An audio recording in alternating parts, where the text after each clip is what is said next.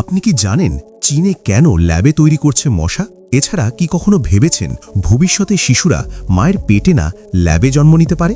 আর কি শুনেছেন আমরা যে মাংস, দুধ এমন অনেক খাবার খাই, এগুলো তৈরি হচ্ছে কারখানায় কোনো প্রাণী ছাড়াই? আজ আমরা দেখাবো সেই সব চমকপ্রদ প্রযুক্তি যা মানব জীবন, স্বাস্থ্য এবং খাদ্য শিল্পকে পুরোপুরি বদলে দিতে পারে। বিস্ময়কর, চমকপ্রদ এবং একেবারে বাস্তব। আপনি যা দেখবেন তা বিশ্বাস করা কঠিন মনে হতে পারে। তাহলে সাবস্ক্রাইব করুন এবং বেল আইকন চাপুন, কারণ আমরা নিয়ে আসছি সেই সব তথ্য যা আপনি অন্য কোথাও পাবেন না।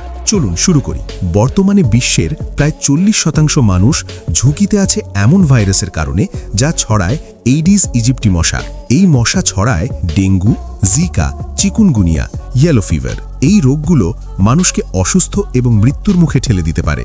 শুধু শারীরিক ক্ষতি নয়, এগুলো সামাজিক এবং অর্থনৈতিকভাবে বড় প্রভাব ফেলে। উদাহরণ, জিকা ভাইরাসে অনেক শিশু জন্মগ্রহণ করে শারীরিক বিকলাঙ্গতা নিয়ে, যেখানে পরিবার ও দেশের পর্যাপ্ত সহায়তা নেই। চ্যালেঞ্জ: প্রচলিত মশা ধ্বংস পদ্ধতি শহরের বড় এলাকায় কার্যকর নয়। মশা সারা বছর ধ্বংস করতে ব্যয়বহুল এবং প্রায় অসম্ভব। নতুন সমাধান: ল্যাবরেটরিতে তৈরি মশা যার শরীরে থাকে ওল ব্যাকটেরিয়া ছেড়ে দেওয়া হয়। ধীরে ধীরে মশা জনসংখ্যায় ছড়িয়ে পড়ে এবং মানুষকে রোগ ছড়াতে পারবে না।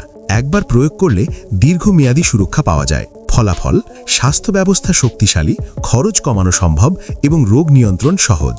ভাবুন, শিশুরা ল্যাবে জন্ম নিচ্ছে। এটি কিছুটা সাইফাই মনে হলেও বাস্তবে এটি ইতিমধ্যেই গবেষণার পর্যায়ে আছে। প্রয়োজন কেন? প্রতি বছর প্রায় 10 লাখ শিশু প্রিম্যাচুয়ার অবস্থায় মারা যায়।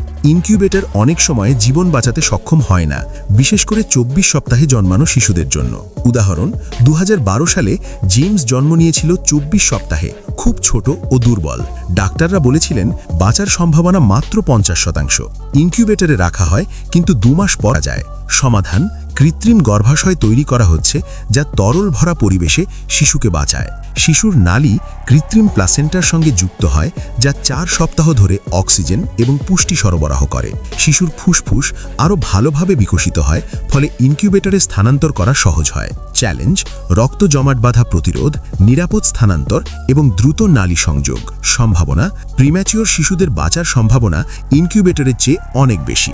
কোষভিত্তিক কৃষি: প্রাণী ছাড়া মাংস, দুধ, পনির ইত্যাদি তৈরি শুরু হয় একটি ছোট কোষ থেকে এবং কন্ট্রোলড পরিবেশে বড় করা হয়। ফলাফল: বাস্তব জীবনের মতো খাওয়ার যোগ্য প্রাণীজ পণ্য। উপকারিতা: পরিবেশের ওপর চাপ কমানো, প্রাণী কল্যাণ রক্ষা, খাদ্য নিরাপত্তা বাড়ানো। চ্যালেঞ্জ: উৎপাদন খরচ কমানো এবং বড় আকারে উৎপাদন। উদ্ভিদ থেকে তৈরি মাংস, স্বাদ, টেক্সচার ও সিজলিং মাংসের মতো। সুবিধা: পরিবেশ বান্ধব, প্রাণী রক্ষা, সবাই উপভোগ করতে পারে।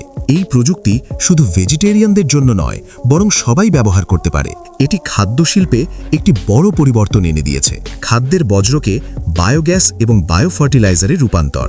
প্রতি বছর বিশ্বে উৎপাদিত খাদ্যের প্রায় 1/3 বজ্র হয়। এই প্রযুক্তি সেই বজ্রকে নতুন সম্পদে রূপান্তর করে। ব্যবহৃত কফি গ্রাউন্ড থেকে পুষ্টিকর আটা তৈরি। সুবিধা: খাদ্য অপচয় কমানো, নতুন ব্যবসার সুযোগ, পরিবেশ রক্ষা। প্যাকেজ যা খাবার অবস্থা জানান দেয়, সতর্ক করে কখন খাবার নষ্ট হতে চলেছে। পুষ্টি তথ্য ও রেসিপি সাজেশন দেয়।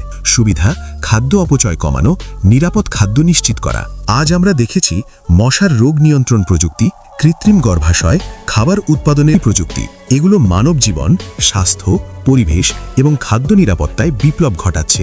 এই প্রযুক্তিগুলো আমাদের দৈনন্দিন জীবনকে টেকসই, নিরাপদ ও উন্নয়ন করে তুলবে। পরবর্তী ভিডিওতে আরও নতুন ও চমকপ্রদ প্রযুক্তি জানার জন্য সাবস্ক্রাইব করতে ভুলবেন না।